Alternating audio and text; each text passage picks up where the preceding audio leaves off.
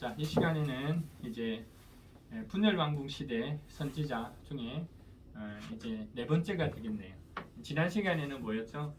이사야에 대해서 했고, 오늘은 미가 그리고 나훔에 대해서 하겠습니다.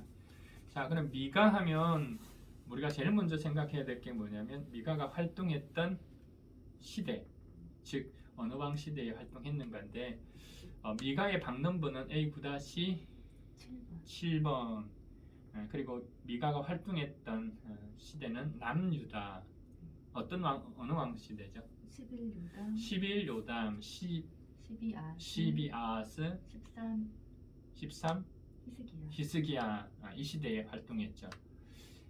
이 전체 미가서 전체의 내용을 한마디로 이야기하자면 하나님께서 사마리아와 예루살렘이 어찌 될 것인지를 보여주신 말씀이다. 그러면 이제 한번 내용에 들어가도록 하겠습니다. 미가 한번 볼까요? 자, 미가서의 내용이 뭐라고요? 다시 한번 이야기해 보실래요? 하나님께서 사마리아와 예루살렘이 어찌 될 것인가를 보여주신 말씀입니다. 네, 그렇습니다. 이제 한번 보면 돼요. 자, 미가서 1장 1절을 한번 읽어주시면 여기에 시대적 배경이 나옵니다. 네, 이것은 주님께서 사마리아와 예루살렘이 어찌 될 것인지를 모레세 사람 미가에게 보여주시면서 하신 말씀이다. 때는 유다의 왕 요담과 아하스와 히스기야가 대를 이어가면서 유다를 다스리던 기간이다. 네, 여기 나오죠. 요담과 아하스와 히스기야가 대를 이어가면서 유다를 다스린 남유다 왕으로 있을 때에 활동했던 선지자다, 이렇게 이야기합니다. 자, 그러면 이제 1장은 어떤 내용입니까? 1장은 사마리아와 예루살렘의 멸망을 일관 이야기입니다. 네, 보시면 1장 2절에 보면 사마리아와 예루살렘을 애도하다 나오고 10절에 보면 예루살렘을 멸망이 나옵니다. 그러니까 전체적으로 전체를 뭉뚱그려서 그냥 이야기하는 겁니다. 사마리아와 예루살렘 멸망할 거다. 구체적으로 보시면 여기 읽어보시면 어떤 죄가 있는지, 죄 때문에 멸망하는 거니까 어떤 죄가 있는지가 나옵니다. 그러면서 2장으로 넘어와서는 어떠냐면요, 2장으로 넘어와서 구체적인 한 부류의 사람의 죄인데 누구의 죄를 이야기할까요? 권력자들의 죄를 이야기합니다. 네, 권력자들이 어떤 죄를 지었느냐 하는 구체적으로 2장에서 이야기를 하고 있는데 2장 1절을 읽으셔야 되겠어요. 네, 악한 궁리하는 자들, 잠자리 누워서도 음모를 꾸미는 자들은 망한다. 그들은 권력을 지었다고 해서 날이 새자마자 음모대로 해치우고 많은 자들이다. 네, 권력을 쥐어 있는 이 사람들은 망한대요. 이 사람들은 재앙을 받는데요. 3절에 보면, 2절에 보면 탐나는 밭을 빼앗고 탐나는 집을 제 것으로 만든다, 이렇게 나옵니다. 집 임자를 속여서 집을 빼앗고 주인에게 딸린 사람과 유산으로 받은 밭을 제 것으로 만든다. 그렇게 해서 어떻게 하겠다? 3절, 그러므로 나 주가 말한다. 그냥 계속 읽어보세요. 내가 이 백성에게 재앙을 내리기로 계획하였으니 이 재앙을 너희가 피할 수 없을 것이다. 너희가 거만하게 걸을 수도 없을 것이다. 그처럼 견디기 어려운 재앙이 내가 될 것이다. 네, 이와 같은 견딜 수 없는 재앙을 만나게 될 거다 하는 경고입니다. 누구에게? 권력자, 이 권력을 쥔 사람들. 이게 2장이라면 3장으로 넘어와서 이 3장의 내용은 이제 또 다른 부류의 죄인들, 죄를 지은 사람들의 이야기가 나오는데 누구의 이야기입니까? 지도자들. 네, 한마디로 이야기하면 지도자들인데 좀 구체적으로 표현하면 3장 1절에 야곱의 우두머리들아, 이렇게 나옵니다. 또 5장의 예언자 나옵니다. 7장 선견자, 7절에는 선견자, 이렇게 나옵니다. 그 다음에 11절에는요 제사장. 이런 사람들을 이 어떤 죄를 지었는지가 3장에 나와요.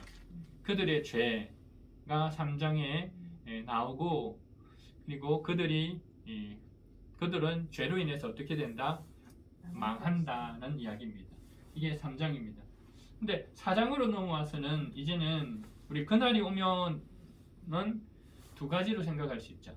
구원과 심판. 예, 그날이 오면 뒤에 구원할 수도 있고 그날이 되면 심판을 받을 수도 있어요. 하나님께 속한 자는 구원받을 테고 그 다음 하나님께 속하지 않은 자는 심판을 받게 된다. 4장에는 누구에 대해서? 구원에 대해서 이야기하는 겁니다. 4장 사장 구원 이렇게 기억하세요. 사장 구원. 근데 조금 구체적으로 보면 어떤 모습인지가 나오는데 가장 인상적인 부분은 4장 3절입니다. 한번 읽어보실래요? 네, 주님께서 민족들 사이의 분쟁을 판결하시고 원근 각지에 있는 열강 사이의 갈등을 해결하실 것이니 나라마다 칼을 쳐서 보습을 만들고 창을 쳐서 낫을 만들 것이며 나라와 나라가 칼을 들고 서로를 치지 않을 것이며 다시는 군사훈련도 하지 않을 것이다. 네, 전쟁이 없는 평화로운 상태가 된다라고 이야기합니다. 그리고 6절에 보면 이제 포로에서 붙잡혀 갔던 자들이 돌아온다. 그날이 되면. 그리고 이전 통치가 회복될 것이다 하는 이야기가 4장입니다. 되셨죠? 자, 4장.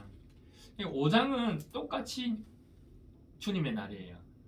똑같이 그날이 오면이에요. 그죠? 똑같이 그날이 오면인데 이때는 그날이 오면이 뭐라고요? 심판이에요. 심판.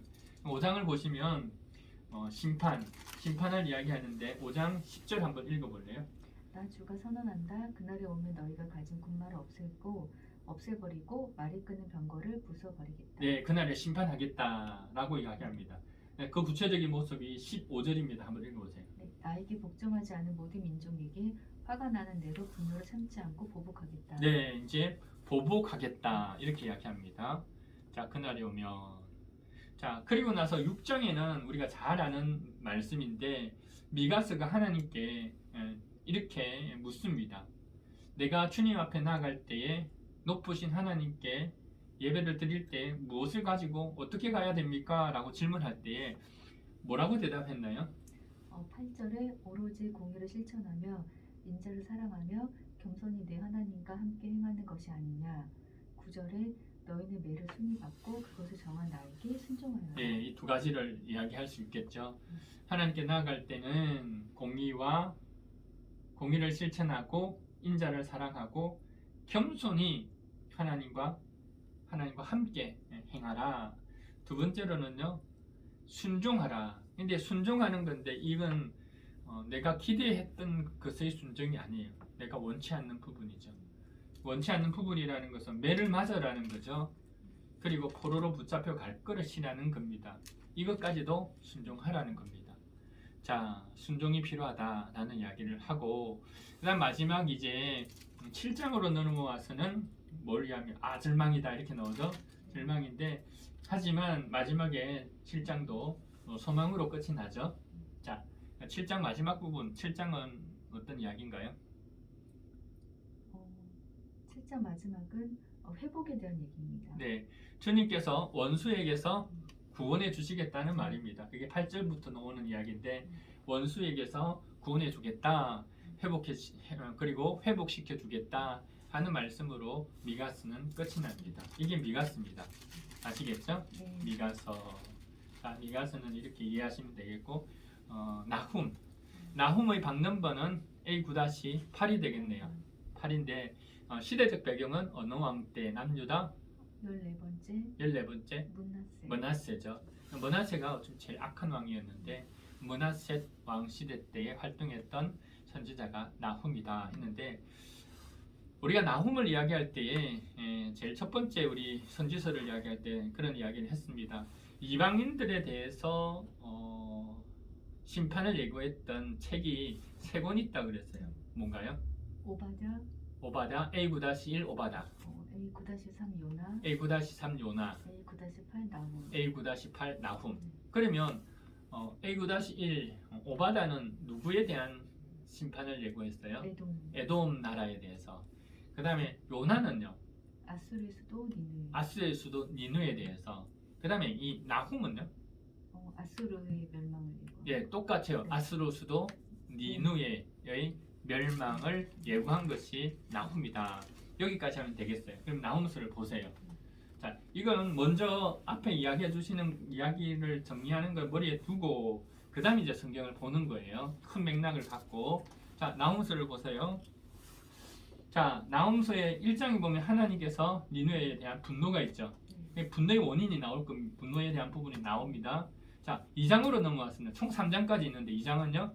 니누의 멸망. 니누에가 멸망되는데 한 10절을 보시면 털리고 털려서 빈털터리가 되었다. 이 정도로 이야기를 하세요. 니느웨가 멸망한다. 2장이고 3장은 그러면 이유가 있잖아요. 하나님께서 왜 분노하시고 하나님께서 왜 멸망시키신다는 데에 대한 이유가 나와요. 그게 이 3장 4절이네요. 한번 읽어보세요. 이것은 내가 창녀가 되어서 음행을 일삼고 마술을 써서 사람을 홀린 탓이다. 음행으로 문 나라를 홀리고 마술로 문 민족을 깨웠기 때문이다. 네, 이 니느웨는요 어떻게 했다고요? 음행을 일삼고 그 다음 마술을 써서 사람을 홀리고 그 다음 그뿐 자기들만 음행한 것이 아니라 음행으로 문 나라를 홀리고 또 마술로 문 민족을 꿰었기 때문이다. 자기들만 나쁜 짓을 한 게 아니라 다른 주변에 있는 나라들에게 이와 같이 꿰어서 동일한 죄를 짓게 했기 때문에 하나님께서 이 부분에 대하여 분노하고 멸망을 선포하신 것이 뭐다? 나훔이다. 자, 그러면 오늘 미가 나훔 여기까지 하도록 하겠습니다. 네.